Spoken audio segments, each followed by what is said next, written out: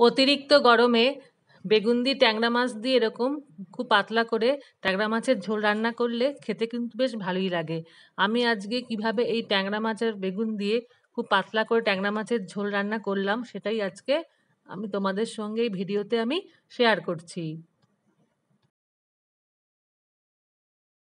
প্রথমে আমি এখানে ট্যাংরা মাছগুলোকে খুব ভালো করে ধুয়ে তারপর আমি অল্প একটু নুন হলুদ আর অল্প একটু আটার গুঁড়ি দিয়ে ভালো করে ট্যাংরা মাছগুলোকে আমি ম্যারিনেট করে রাখছি।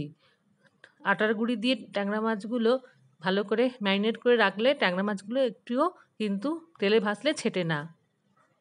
এদিকে একটা বেগুনকে ছোট ছোট লম্বা আকারে টুকরো করে অল্প একটু নুন মাখিয়ে রাখলাম। রান্নার আগে বেগুন নুন মাখিয়ে রাখলে বেগুনটা খুব সুসিদ্ধ হয় এবং খেতেও খুব ভালো লাগে।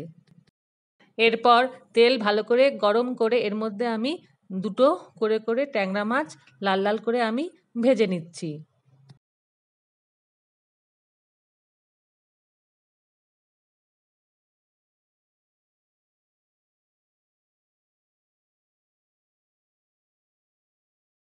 ট্যাংরা মাছগুলো আমার একে একে ভাজা করা হয়ে গেলে আমি ওই তেলের মধ্যে কিছুটা কালো জিরা আর কিছুটা পেঁয়াজ কুচি আমি দিয়ে এই কালো জিরা আর পেঁয়াজকে আমি খুব লাল লাল করে আমি ভেজে নিচ্ছি। এরপর আমি বেগুনের টুকরোগুলোকে খুব ভালো করে ভেজে নিচ্ছি।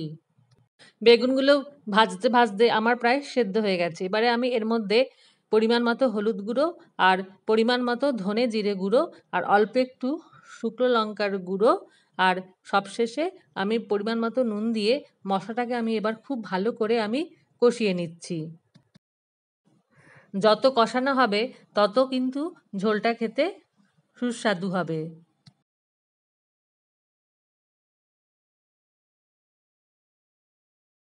কষানো হয়ে গেলে এর মধ্যে আমি এবার পরিমাণ মতো জল দিয়ে দিলাম।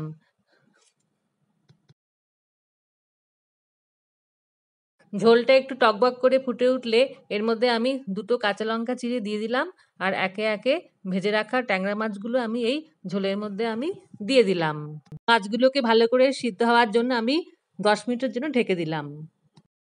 রান্না করা হয়ে গেল আমার এই কালো জিরে কাঁচা লঙ্কা আর বেগুন দিয়ে খুব পাতলা করে ট্যাংরা মাছের ঝোল। ট্যাংরা মাছের এই রেসিপিটা তোমাদের আজকে দেখে ভালো লাগলে অবশ্যই একটা লাইক করো, কমেন্ট করো আর সাবস্ক্রাইব করো আমার এই চ্যানেলে।